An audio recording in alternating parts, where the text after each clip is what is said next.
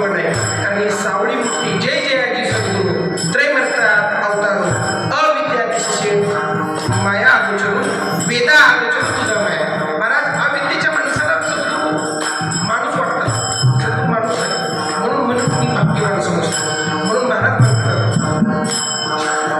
दुनियामध्ये भाग्यवंत मी बाळा गुरु वंदनंदरूपी देव भेटला दास अंजनी सूत शरण संताला दास अंजनी सूत शरण संताला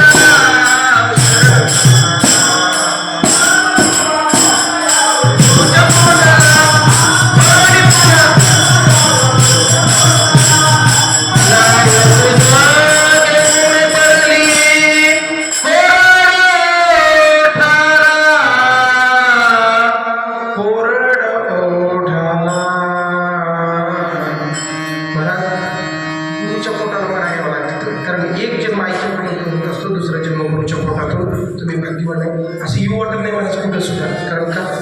ते संगच असायचं मी तर त्यांचं बरोबरच लुडू लुडू लुडू करत सारखं पायात बळच घ्यायची पिशवी बळच बाहेर निघायचं कुठं तिकडे जायचं. म्हणलं का नाही जात आता मी म्हणायचं जात नाही, कारण मला माहीत होतं एक दिवस कोणाही संगत भेटणार नाही आहे. तोपर्यंत पूर्ण करून घेतलं महाराज आणि महाराज माझं पूर्ण केलं. तुमच्या सगळ्या संतांची सेवा करण्याचा अधिकार तरीच मला प्राप्त करून दिला.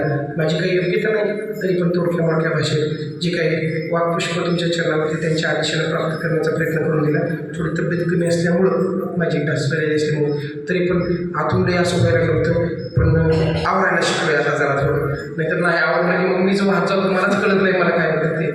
पण तरी पण मला ती आता कसं होतं बाबा असल्यामुळे काय वाटत नाही एवढं, पण बाबा नसले ना मग मात्र नाही जमत असं, म्हणजे मूळ पडून पडल्यासारखं वाटतं. कारण माझं पूर्ण जीवन माझ्या गुरुवरतीच अवलंबून होतं.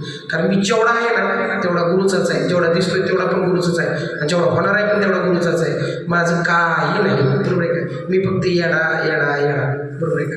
पण तरी पण या संतांनी जवळ केलं हेच माझं परम भाग्य समजतो आणि माझ्या वाणीला पूर्ण विराम देतो. तुकोबराय म्हणतात शेवटच्या चरणामध्ये तुका म्हणे धावे मग अवघे भरवे ज्ञानेश्वर